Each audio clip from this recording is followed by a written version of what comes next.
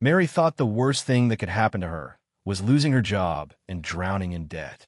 But when billionaire Michael Sullivan offered her a contract, "Marry me for 1 year, and I'll pay you $2 million, she realized her problems were only beginning. What she did next shocked everyone. Before we begin, drop in the comments where you're watching from.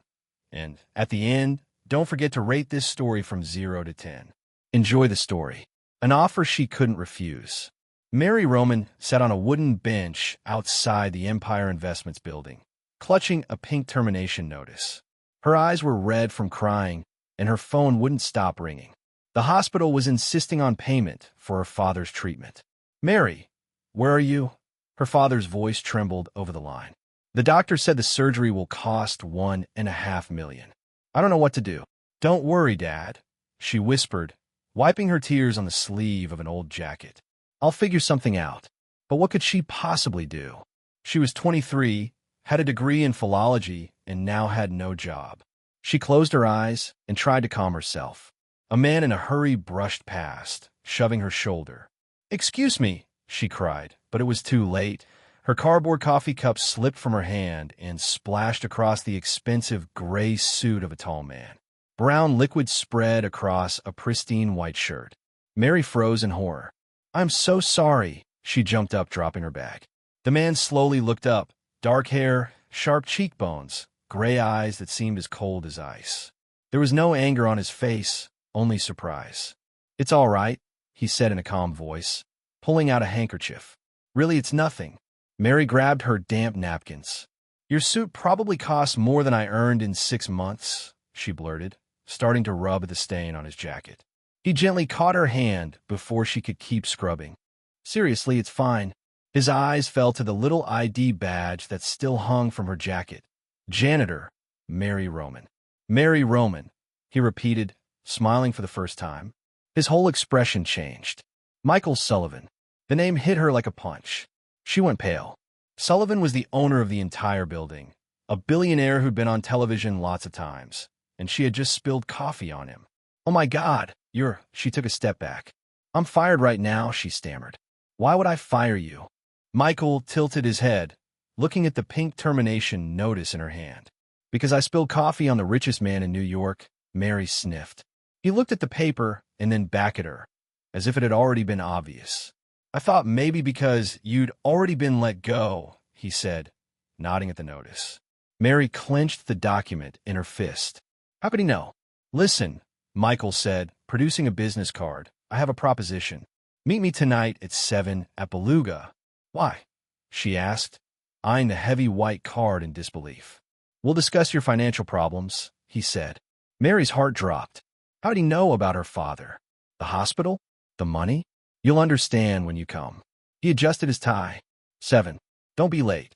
Then he turned and walked into the building, leaving her standing with his card in her hand.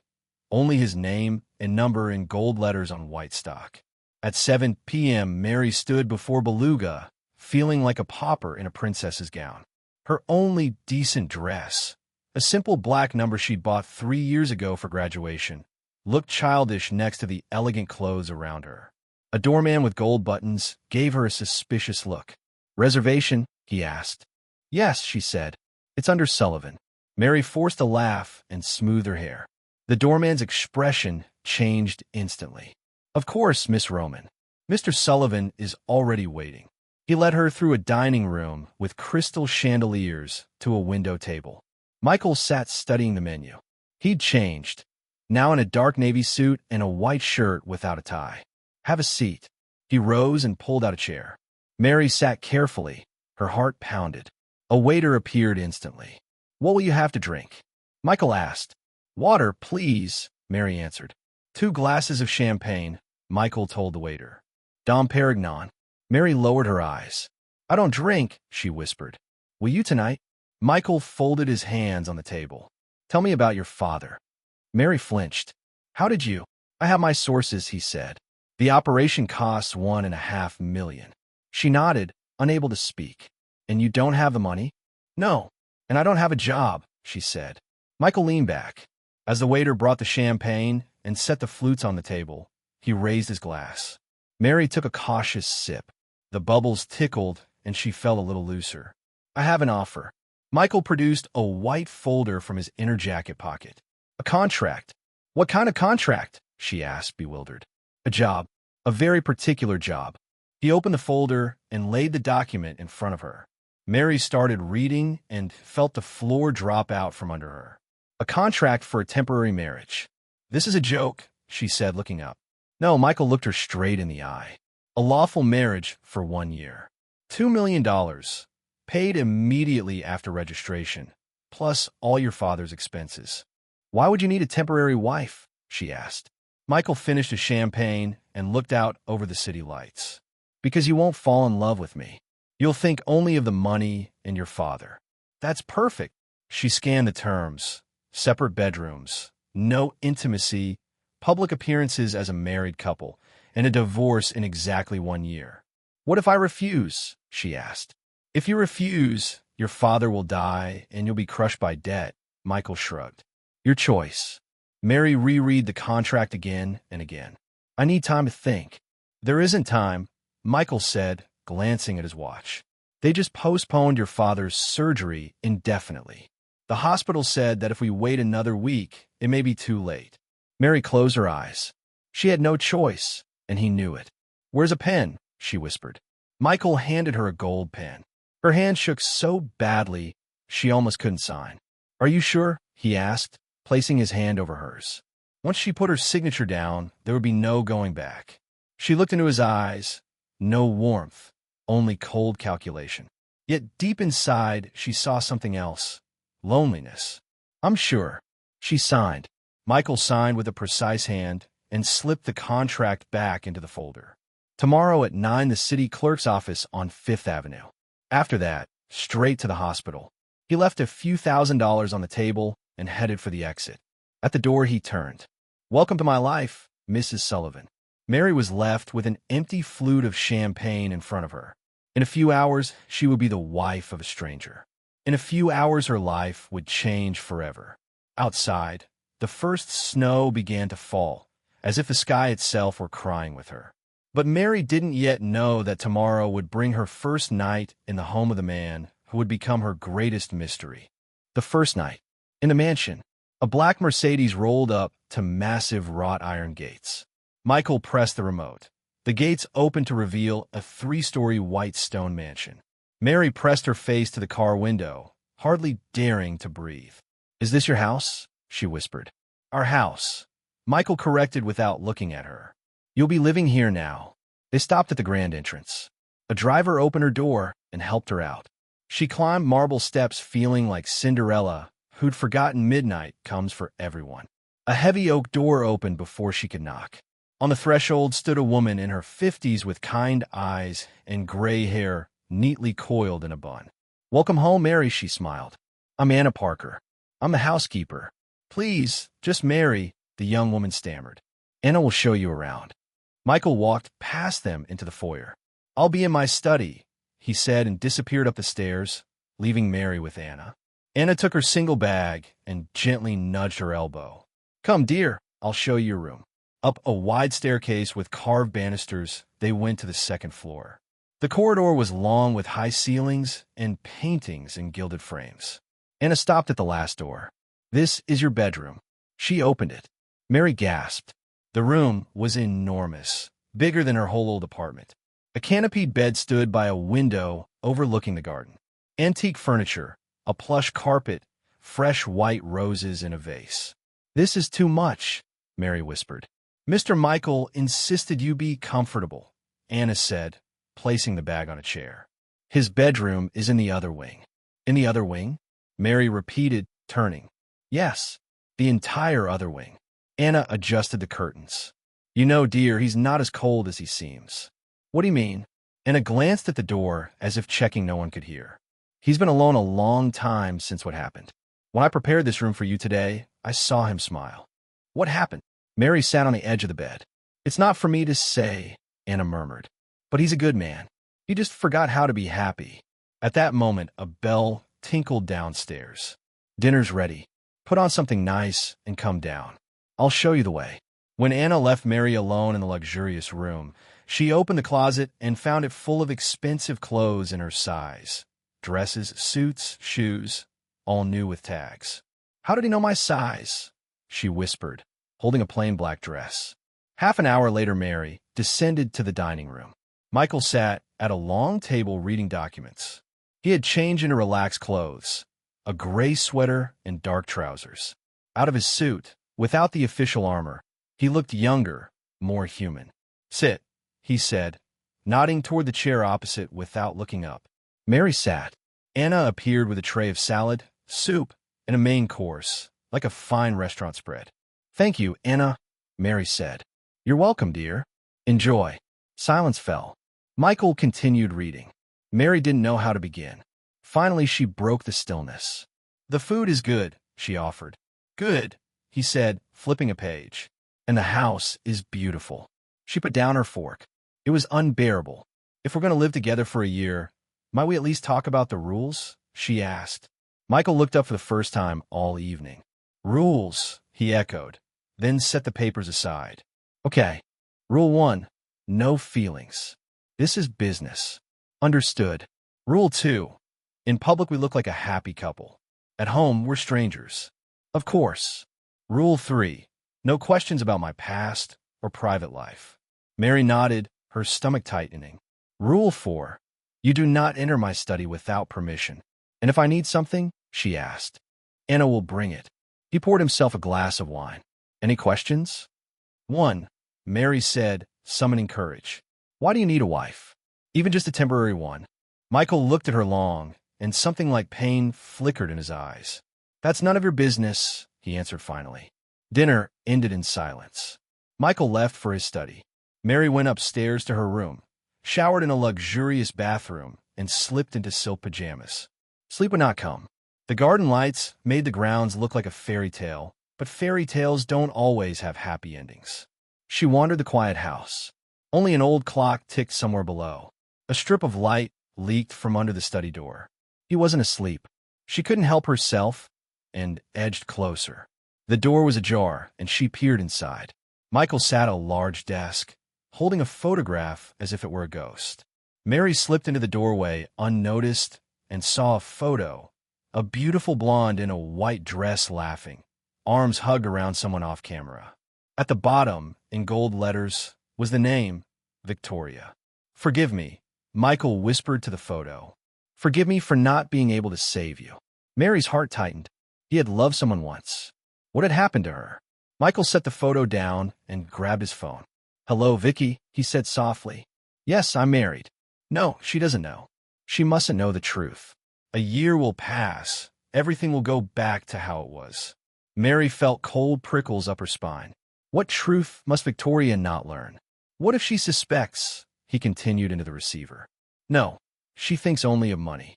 She won't know." He hung up abruptly when Mary's footboard creaked, betraying her presence. "Call you back," he muttered, and put the phone down. Mary froze, heart pounding so loud she could have sworn the whole house heard it. She ran up the stairs, trying not to click her heels on each step. Back in her room, she leaned against the closed door. What truth was he hiding? Who was Victoria? Footsteps approached and stopped outside her door. "Good night, wife," Michael whispered softly through the wood. The steps receded. Mary stood there, realizing she had fallen into something far more complicated than a simple business marriage. Tomorrow they would make their first public appearance, and she had no idea how to act like a loving spouse. Playing the part. Michael stood at the foot of a staircase in a black tux, fussing with his cufflinks. Mary descended slowly in a long blue gown Anna had picked for her for a charity auction. She felt like an actress preparing for the most important performance of her life. "I'm nervous," she admitted. "Don't show it," Michael said, offering his arm. "Tonight, everyone will be watching us, my new wife." In the limousine, he was quiet, looking out at the city lights. Over 3 days of living together, he had never once smiled at her for real. "Michael," she began tentatively, "what if someone figures out? What if they realize we don't actually love each other?" He stared at her. "Then you must be a good actress. Remember, we are an in-love couple who can't live without one another." They arrived at the Metropole Hotel. Red carpet, flashing cameras. Michael stepped out first and offered Mary his hand. "Smile," he whispered.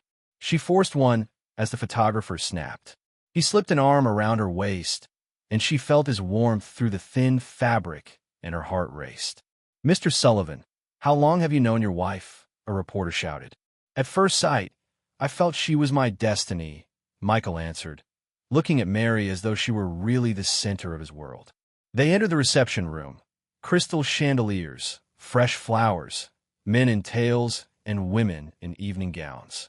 People turned and whispered, "There she is, the new Mrs. Sullivan. Where did he find her? So lovely." Mary blushed. Michael leaned close. "Ignore them. You look beautiful." His nearness made her dizzy. The scent of his cologne, his warmth, his low voice. It was intoxicating. A melodic female voice called, "Michael." They turned.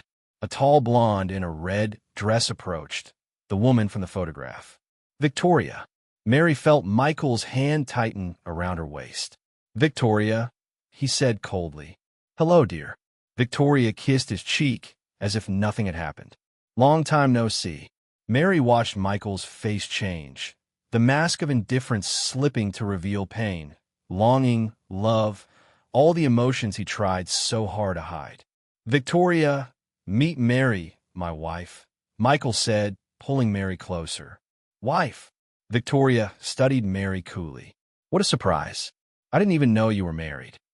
"You don't know everything," Michael said quietly. "Pleasure to meet you." Victoria extended a hand with a cold smile. "You know, Mary, Michael, and I had a long history. We were together for years." "That's in the past," Michael cut in sharply. "The past stays with us," Victoria murmured, eyes on Mary. At that moment music began. "We must go," Michael said, taking Mary's arm and leading her to their table. Mary barely ate at dinner. She couldn't stop thinking about how Michael's face had changed when Victoria arrived. It was clear he still loved her. "I need the ladies' room," Mary excused herself. In the toilet, she splashed cold water on her wrist, trying to steady herself. In a mirror, an ashen face with red eyes looked back. "Not doing too well with the wife role, are you?" a familiar voice purred. She spun around. Victoria had come into the ladies' room and locked the door behind her. "What do you want?" Mary straightened. "To talk." Victoria applied lipstick leisurely. "You're sweet, but you don't know what you're getting into." "Getting into what?" Mary asked. "Michael." Victoria closed the lipstick and faced her. "You think he chose you for love?" "No." "For money? For convenience?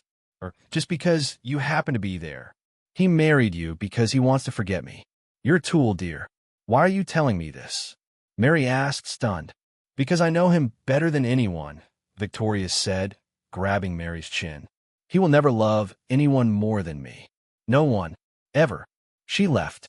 Mary stood at the mirror and let the tears roll down. Everything she'd said felt true. She was a tool to get money. She wiped her eyes and tried to compose herself, but Michael noticed the moment she returned to the table. "What's wrong?" he asked. "Nothing," she lied. "Don't lie." He took her hand and led her onto the balcony away from prying eyes. The night air was crisp. Lights twinkled below.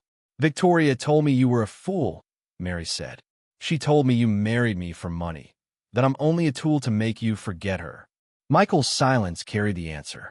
She pleaded, "Please be honest for once." He touched her cheek and brushed away a tear, gentle, unlike his public manner. "At first you were convenient," he admitted. "But you're not who I thought. You aren't what I expected. That scares me." Mary's heart leaped at the tenderness in his eyes. Something new. Not calculation, but softness. "Don't say anything," he said, stepping back. "Let's go back. People will notice." He became distant again. She kept the memory of his touch to warm her for the rest of the evening, not knowing that tomorrow she would learn the truth about Michael's past. Secrets of the past. A week after their first public appearance, Mary was now officially Michael's personal assistant, working in the Empire Investments building. The elevator chimed, announcing the 23rd floor. She straightened her gray suit in the mirrored elevator doors. They entered a spacious office with panoramic windows. Michael sat at a huge glass desk in a navy suit, studying documents. "Good morning, Mary," he said. There's coffee at your station by the computer. Thank you. She moved to her workspace next to his office. He approached. We have a 10 o'clock meeting with investors from Germany. Prepare the presentation on the North Tower project. All documents are in the folder. What exactly do you need? She asked. It's all in the file. He turned back to his desk.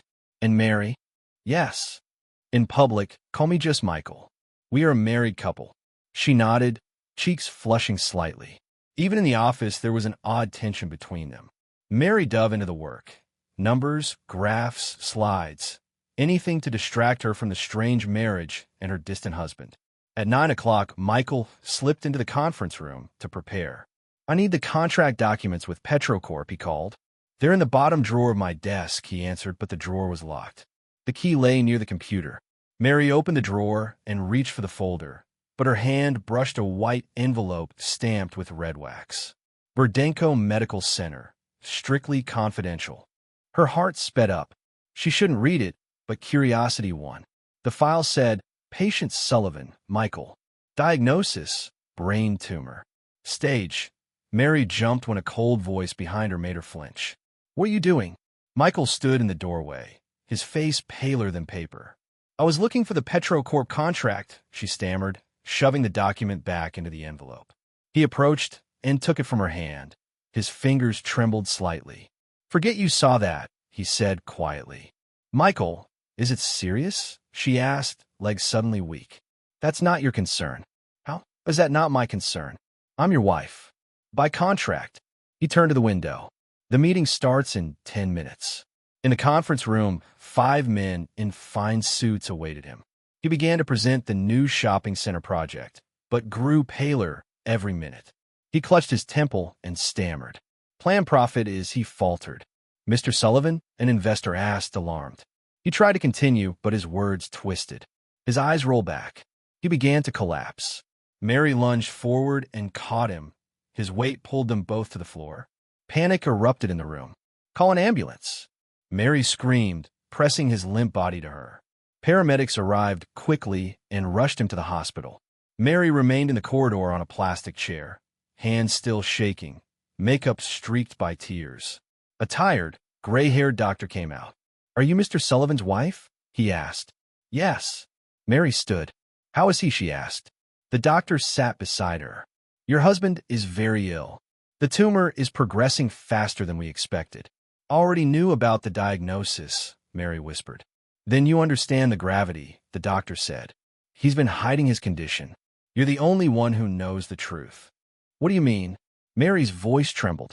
He needs urgent surgery, but the risks are high. Mary felt the world tilt. He could die. Without surgery, yes, the doctor said. Can I see him? She begged. He nodded and led her to room 12. Michael lay pale and hooked to and for. His usually immaculate hair was disheveled. He looked small and vulnerable. She took his cold hand. You fool, she whispered. Why didn't you tell me? He opened his eyes and looked at the ceiling for a beat, then toward her. Mary, he rasped. I'm here. He tried to pull his hand away. Don't. That's not in the contract, he said weakly. To hell with the contract. She squeezed his fingers. I'm not leaving. He tried to withdraw, but couldn't. I could die, he said. Then I'll stay with you until the end, she said. He looked at her in puzzlement. She didn't know exactly why she said it, only that nobody should be alone at a moment like that. He closed his eyes, but didn't remove his hand. The doctor said there's an operation, he murmured. I'm afraid. Me too, she admitted, kissing his fingers. But we'll get through it. We? He asked, surprised. Yes, we. She kissed his hand again. He seemed to gather a fragile, new strength in that clasp. Jealousy and confession. 2 weeks after the operation, Michael was recovering faster than doctors predicted. But something between them had shifted. He became more distant, as if afraid of the closeness they'd shared in the hospital. A corporate party celebrating a successful project filled the company's main hall. Gold balloons, flowers, soft music, champagne, and glittering flutes. Mary stood at a window in an elegant black dress Anna had chosen, watching Michael talking with investors. He'd lost weight, and his suit hung more loosely. A gentle voice behind her made her turn. Alexander Walker. Alex, was a young architect from planning. Blonde hair, warm blue eyes, an open smile. Everything Michael was not. "Hi, Alex," Mary smiled. "You look sharp tonight." "You always do," Alex replied, handing her a glass of champagne. Over the last weeks, Alex often found reasons to stop by her office. She liked him. "Dance with me?" he asked. She hesitated and looked toward Michael. He was still deep in discussion. She accepted Alex's hand. They moved slowly to the music. Alex looked at her with admiration. In his arms, she felt seen and beautiful for the first time in a long time. Then a firm hand grabbed her wrist. She turned to find Michael standing there, pale, eyes burning with a strange light. He had been watching their entwined hands. "Sorry," he said to Alex in an icy tone, "but I need to speak with my wife." "Of course," Alex said and stepped back. Michael held Mary's wrist, his grip desperate, almost afraid he would lose her. "Come," he said. "Michael, you're hurting me," she lied, although his touch was gentle. "Sorry," he said and released her, but didn't let go. They left the ballroom and entered his office, where a half-light made the room severe. "What was that?" he asked, voice shaking. "What do you mean?" she said. "Dancing with that boy," he said. "You were in his arms." "We only danced," Mary protested. "You were in his arms like you belonged to him." "To whom do you belong?" he demanded. "To you, by contract," she shot back. "You keep reminding me of that." A stunned silence stretched between them, her words like a strike. He ran a hand through his hair. "I can't watch it," he whispered. "I can't watch someone treat you like a living person when people have treated me like furniture. The way he looks at you, how I wish I could look at you like that." The confession slipped out before he could stop it. Mary felt her heart miss a beat. He moved closer again until her back touched the cool wall. He placed his hands on either side of her head, trapping her there. "You don't understand what you do to me," he breathed, so near she could feel his breath. "What do I do?" she whispered. "You make me forget who I am. You make me want something I can't have." His lips hovered inches from hers. She expected a kiss. He recoiled. "No," he said, stepping back. "I can't. When the contract ends, you'll leave, and I'll lose you all over again. I can't survive that twice." Mary saw the raw fear in his eyes, a man who had already lost everything once before. It wasn't just fear of rejection. It was the terror of losing the only person who might save him from loneliness. The contract, she realized, was intended to protect her against the pain of a man who might be taken by grief, and to protect him from giving his heart. "Go back to the party," he said quietly, turning to the window. "Dance with whoever you want. You're free." Mary stood there, watching his tense shoulders. He lied. Neither of them was free. But she held the memory of his warm hand on her cheek, and it kept her alive through the rest of the evening. Tomorrow would bring more secrets about Michael's past. The past's secrets revealed. The next morning, Mary woke with a heavy heart. She hadn't slept, thinking about the moment in the study when Michael almost kissed her. She went to the kitchen, where Anna was already preparing breakfast. "Could I ask you something about Victoria?" Mary said. Anna set a cup of tea in front of her. "Then Saturday, why do you want to know?" "Because I don't understand Michael. Sometimes he looks at me like he sees her."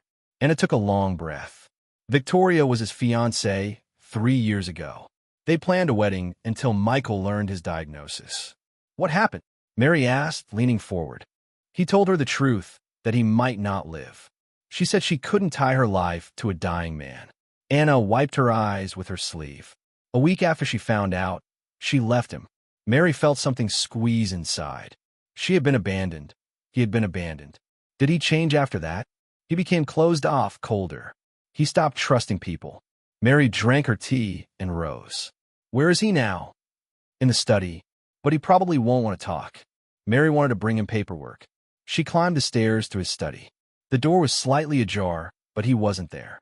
On his desk was a stack of letters and one note in a hand she recognized, his handwriting on plain paper. She knew she should not read someone's private letters, but something made her pick it up. The letter began, "Victoria, I have written this 100 times and never sent it. The doctors say I have time, maybe a few years, maybe less. I'm not angry that you left. I know it's hard to love someone who might die any moment, but I'm terrified to die alone. Sorry for my weakness. I'm sorry I couldn't be strong for both of us. Michael. Mary pressed the paper to her chest and felt the tears fall. That was why he'd married Victoria. Not just for appearances. He genuinely feared loneliness. Footsteps on the front steps made her jump. She placed the letter back and looked through the window. Victoria stood at the door in a white coat. Mary watched as Anna opened the door. Good afternoon. Victoria's melodic voice filled the hall. I would like to see Michael. He's busy, Anna replied coolly. Tell him Victoria Lane is here and would like to speak, Victoria said. I'm sure he can spare time. Mary hid behind the staircase and watched as Anna reluctantly ushered Victoria into the drawing room. Moments later, Michael appeared in a gray sweater. What are you doing here? He asked, emotion taut in his voice. Michael, dear, Victoria stepped forward. We need to talk. We don't have anything to talk about. You're mistaken, he said. I thought a lot about us, she pressed. Mary moved closer to hear. What we didn't have to end 3 years ago. It ended 3 years ago, Michael said. But maybe we can fix it. Victoria touched his cheek. I was cowardly. I was scared, but now I know I love you. He looked at her with bitterness. Yes. So now you want to be with me? She waved her hand. Everyone knows it was a sham marriage. You married her out of pity and to give her money. But I'm the real love. Mary's fists clenched. Everyone saw her as a charity case. I read in the papers that your company grew. You survived, you became stronger, and now you're back, Victoria went on. I want to be with a successful, healthy man. Michael stepped back, wounded. When I thought I was going to die, you left. When you learned I survived and prospered, you came back. It isn't true, she snapped. It is, he said. You want me, but not the man who almost died. You want the prize he became. Why would she want anything else? Victoria hissed. Michael turned and said, leave and never come back. You're making a mistake, she threw at him on her way out. The only mistake I made was to trust you once, he answered. Victoria left in a huff. Mary ran up the stairs to find him. He was gone, the house empty. Anna told her he had gone into the garden. Mary wrapped her coat on and looked for him in the snow. She found him in an old gazebo, back turned, hand on the wooden rail. How long have you known I was listening? He asked without turning. Long enough, she said, joining him. You knew, he said, staring out over the snowy grounds. He looked older than his years. She was right, he said quietly. You married me for money. Yes, Mary admitted. But not only that. I saw in your eyes the same loneliness I felt. He turned to her. Some mistakes can't be fixed, he said. Some hearts can't be healed. And if they can? She asked, looking straight into his eyes. He did not answer, but something like hope flickered across his face. A fragile hope that would be tested soon. Near loss. A month after Victoria's visit, life at the mansion had steadied. Michael was less icy, Mary braver when speaking to him. They still lived as strangers, but now strangers who sometimes smiled over breakfast. Then, one Tuesday morning changed everything. Mary heard a loud thump and ran into the hall to find Michael collapsed at the foot of the stairs, his body convulsing, foam at his mouth. Anna, call an ambulance. Mary screamed while supporting his head. The paramedics came within 10 minutes, but it felt like an eternity. They hooked him to resuscitation equipment and rushed him to the hospital. Dr. Peterson, the neurosurgeon who had operated before, greeted them with a grave expression. Mrs. Sullivan, we have to speak, he said. Mary sat at the edge of a chair, bracing for the worst. The tumor has recurred, Dr. Peterson said. More aggressive this time. He needs urgent surgery. What are the chances? Mary's voice shook. 50-50, maybe less. Mary covered her face with her hands. 50% meant he could be gone tomorrow. When's the operation? Tomorrow morning. We'll prep him today. That night, Mary sat beside Michael's hospital bed. He was conscious but extremely weak, and Ford dripping slowly into his arm. How are you feeling? She asked. Like someone who's dying, he said with a sad little smile. Don't say that, she whispered. The doctor told you about the surgery. Yes, I'm aware the odds aren't great. There are chances, she said. That's what counts. He closed his eyes. I'm afraid. So am I. She took his hand in both of hers. I cannot lose you. He opened his eyes. Why, he asked. She hesitated, then answered, because you matter to me. The contract ends in 4 months, he said softly. After that, you're free to find someone who loves you without fear. If I don't want to be free, she said. Don't say such things.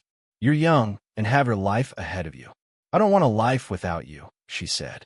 He explored her face like someone cataloging everything he could never lose. You don't even know me, he said. Then tell me, she urged.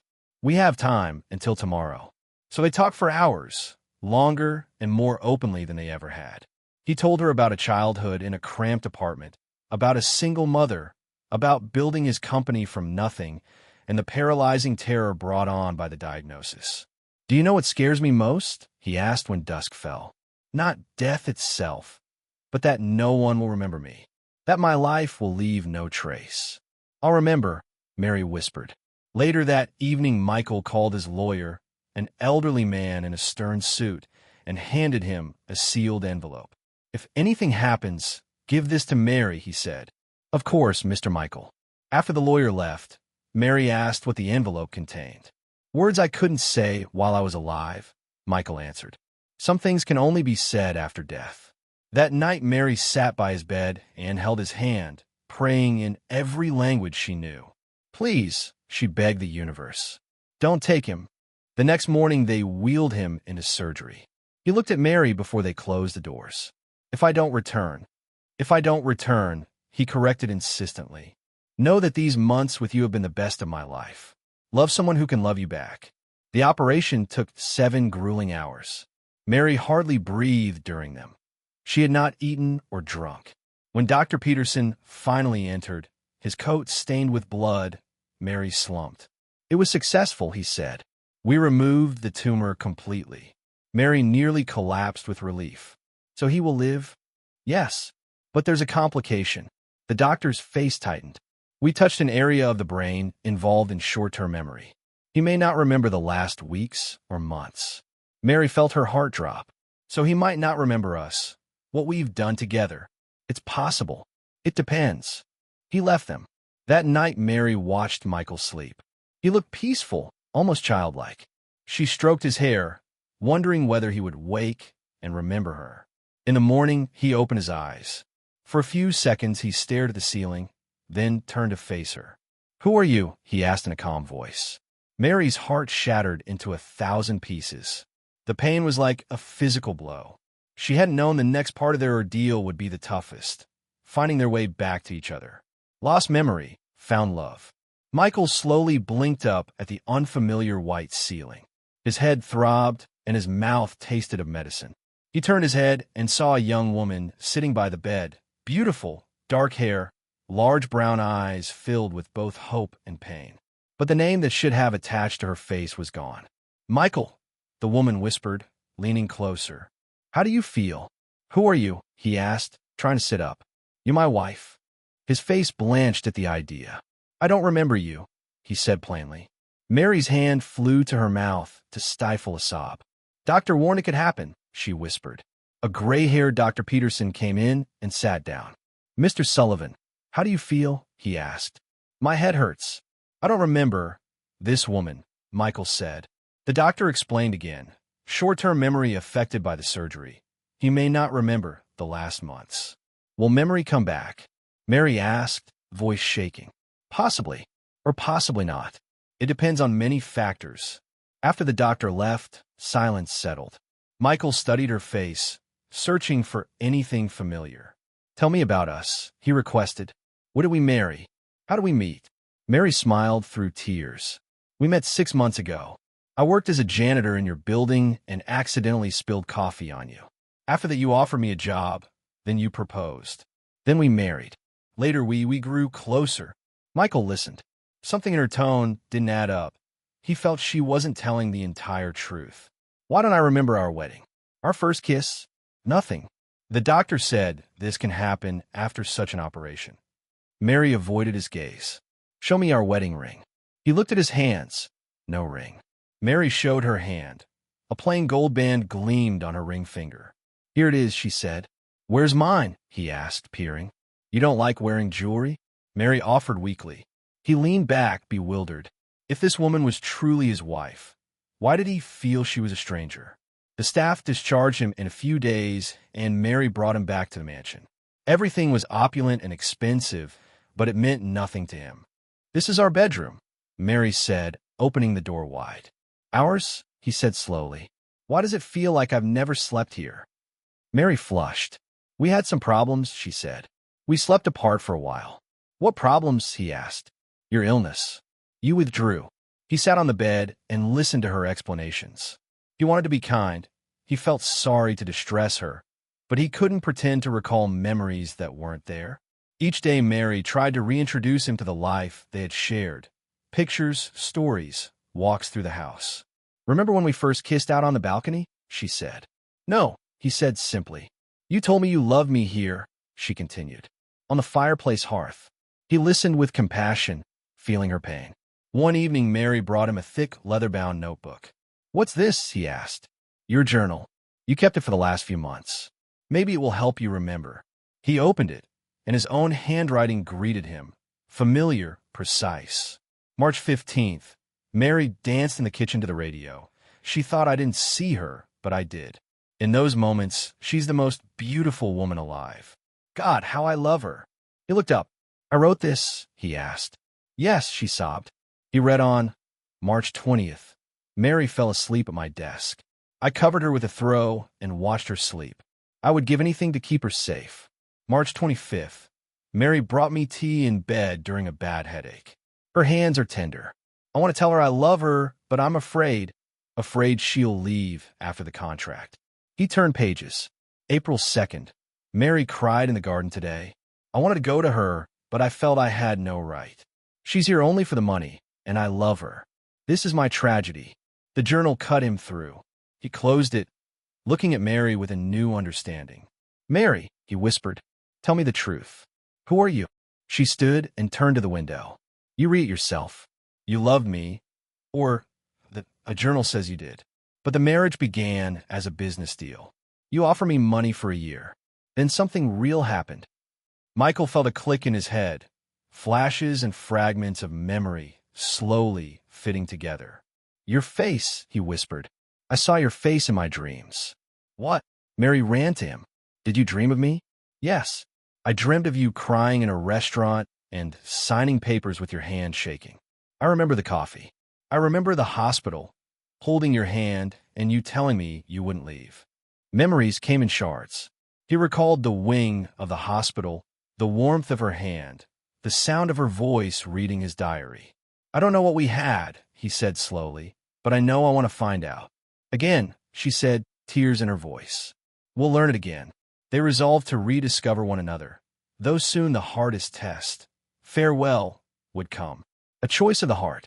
Exactly 1 year had passed since Mary had signed the contract at Beluga. That morning she awoke heavy with dread. Today, their legal marriage would end. Michael sat in his office behind the big desk. Before him lay a white envelope and the divorce papers. Over recent weeks his memory had mostly come back, but a distance still separated them. Mary knocked. "Come in," Michael said, not looking up. She entered in a severe black dress, hair pulled in a bun. She looked like the day she spilled coffee on him. "You wanted to see me?" she asked softly. He stood and slid the white envelope across the desk without a word. She took it with trembling fingers. Inside was a bank check, $2 million, exactly as in the contract. Her name was penned in the bank clerk's neat hand. "Michael, the contract," she began. "The year is over," he interrupted. "You're free." She looked from the check to him. There was no warmth in his eyes now, only cold indifference. "All this time you saw me as an actress?" she asked. "Isn't that true?" He turned away. "You played the role of a loving wife. Now, collect your money for a fine performance." Something inside Mary cracked. Slowly, deliberately, she tore the check in half. "I don't want your money," she said firmly.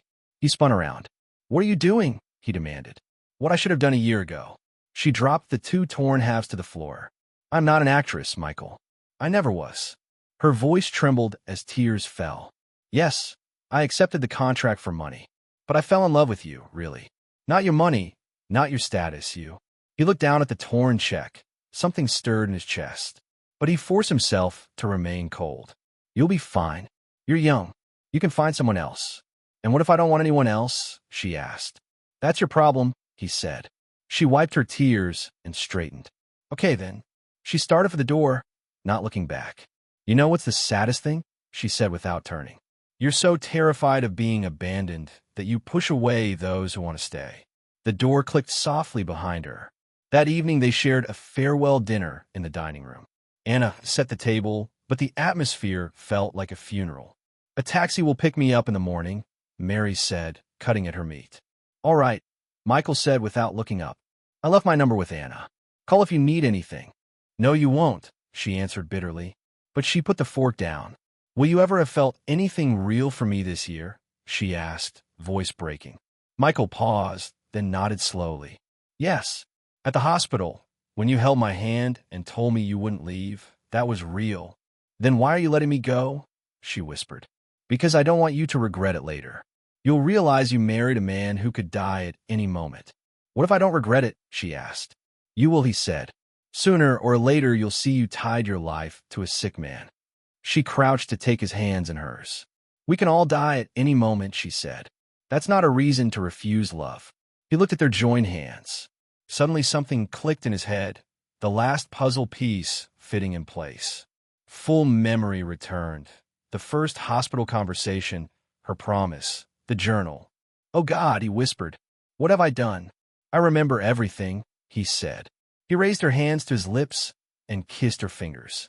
I remember how I fell in love with you, and I remember being too afraid to admit it. I pushed you away because fear made me cowardly. Mary stood up. But now it's too late, isn't it? The contract's over. I leave tomorrow. He looked at her, throat tight. He was risking losing the woman he loved by his own hand. Yes, he croaked. Too late.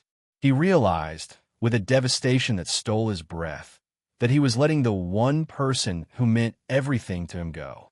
The next morning, Mary packed the few belongings she'd brought and stood in her room with a suitcase. Anna knocked gently at the door. Dear, the taxi is here. Thank you, Mary said. I'll be down in a minute. One last look around the room that had been her home for a year, and she took her bag. At the foot of the stairs, no one was waiting. He locked himself in his study again last night, Anna told her. He said he didn't want to say goodbye. Understood. Mary hugged Anna. Thank you for everything. You were like a mother to me. And you like a daughter to me, Anna said, dabbing at her eyes. He's an idiot if he lets you go. No, he's just afraid, Mary said. I'm tired of fighting fear. She climbed into a yellow taxi. The driver put her suitcase into the trunk. Where to? He asked. 15 Mira Avenue, she answered.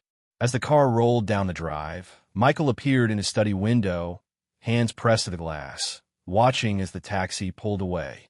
Tears streaked his face. He could not stop them. Goodbye, my love, he whispered into the empty room, then turned and walked back inside. Mary held Michael's business card in her hand as the taxi left. 1 week later, he would return with a different offer, this time a real one. The real contract. The week passed like a blur. Mary sat in her small apartment on Mira Avenue, watching a gray February sky and falling snow that dusted the city in white. She tried to resume ordinary life, job hunting, meeting friends, but everything felt hollow. Michael was in her thoughts day and night. A knock at the door startled her. On the intercom she heard, Mary, it's me, Michael. Her heart lurched. She pressed the button and opened the door a few minutes later. He stood on the threshold, rumpled coat dusted with snow, clutching a white folder. May I come in? He asked. She stepped aside. The apartment was modest. An old sofa, a tiny TV, a kitchenette, nothing like his mansion. It's cozy, he admitted, smiling in earnest. No need for politeness.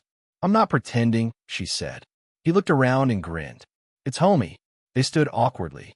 Why are you here? She asked. I have a proposal, he said, and placed the folder on the small table. He opened it and pulled out a single sheet of paper.